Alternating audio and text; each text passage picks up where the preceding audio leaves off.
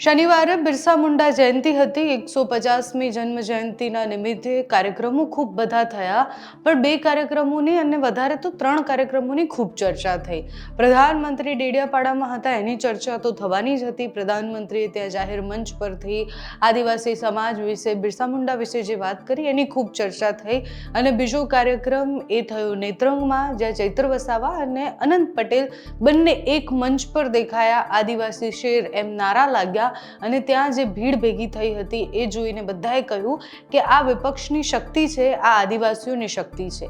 પણ એ જે ભીડ જોઈ એવી જ ભીડ ભારતીય જનતા પાર્ટીનો કાર્યક્રમ હોય અને સાંસદનો એ કાર્યક્રમ અને રેલી હોય અને ત્યાં પણ એટલી બધી ભીડ આવે, પણ એટલી જ ભીડ વાંસદામાં પણ થઈ હતી। હવે પ્રશ્ન એ થાય છે કે અનંત પટેલ જ્યારે નેત્રંગમાં હતા તો વાંસદામાં શું થયું? વાંસદામાં સાંસદ ધવલ પટેલનો કાર્યક્રમ હતો, બિરસા મુંડા જયંતિનો કાર્યક્રમ અને રેલીનું આયોજન કરવામાં આવ્યું હતું અને ત્યાં પણ હજારોની સંખ્યામાં આદિવાસી આવ્યા હતા।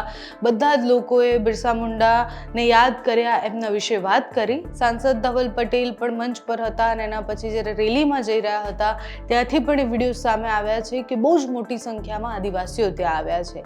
એટલે આદિવાસી ખૂબ સંગઠિત છે, એનું આ પ્રમાણ છે કે એ વિપક્ષનો કાર્યક્રમ હોય કે પછી સત્તા પક્ષનો, એ માત્ર એવું જોવે છે કે અમારું પ્રતિનિધિત્વ કોણ કરશે, અમારા નેતા કયા છે જે અમારા માટે બોલશે। એના કાર્યક્રમમાં જાય પણ છે અને ત્યાં હિસ્સો બની અને એમને સમર્થન પણ આપે છે। પહેલા તમે એ બંને ભીડના વિડીયોઝ જુઓ જે નેત્રંગમાં પણ જામી હતી અને સાથે જ જ્યારે વાંસદામાં આખો કાર્યક્રમ થયો અને રેલી થયો ત્યારે પણ દેખાઈ હતી।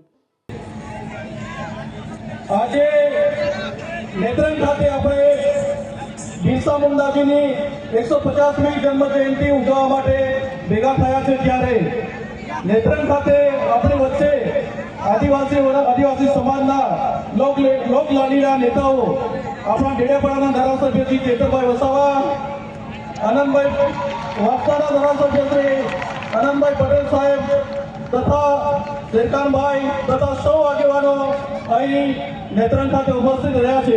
અને આ કાર્યક્રમમાં આપણા આખા ગુજરાતમાંથી, આદિવાસી વિસ્તારમાંથી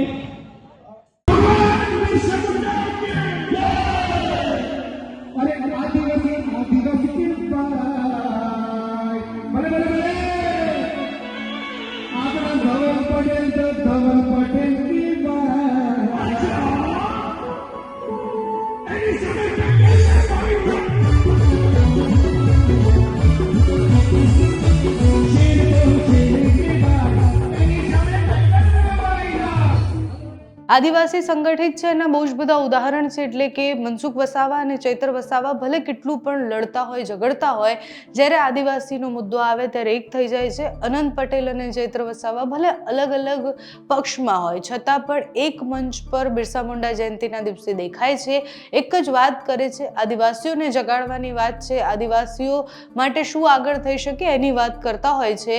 ચૈત્ર વસાવા છેલ્લા કેટલાય સમયથી ભીલ પ્રદેશની માંગણી કરી રહ્યા છે। એ બધાની વચ્ચે નેત્રંગમાં થયેલો એ કાર્યક્રમ અને એની ખૂબ ચર્ચા થાય તો બીજી બાજુ આપણે એ પણ જોવું પડશે કે જ્યારે સાંસદ ધવલ પટેલ કાર્યક્રમ વાંસદામાં જઈને કરે છે, તમે જગ્યા પણ જુઓ, પ્રધાનમંત્રી ડેડિયાપાડા આવે છે, અનંત પટેલ અને ચૈત્ર વસાવા નેત્રંગમાં કાર્યક્રમ કરે છે અને વાંસદાના ધારાસભ્ય જ્યારે નેત્રંગમાં હોય છે ત્યારે ધવલ પટેલ વાંસદામાં કાર્યક્રમ કરે છે અને ત્યાં પણ એટલી સંખ્યામાં લોકો આવે પણ છે। આદિવાસી એકતાની વાત કરતા કરતા જ્યારે અત્યારે આદિવાસીઓની સ્થિતિ જોઈએ છે તો પ્રશ્ન એ થાય છે કે આ જેટલા પણ લોકો આવ્યા છે એ જે પણ નેતાને સાંભળવા માટે આવ્યા હોય એ નેતા એમનું સાંભળે છે, એમનો અવાજ પહોંચાડે છે કેમ, એ પણ પ્રશ્ન છે। કારણ કે હજુ પણ આદિવાસી વિસ્તારની સ્કૂલોની વાત કરીએ, રસ્તાની વાત કરીએ તો એની સ્થિતિ ત્યાંની ત્યાં છે।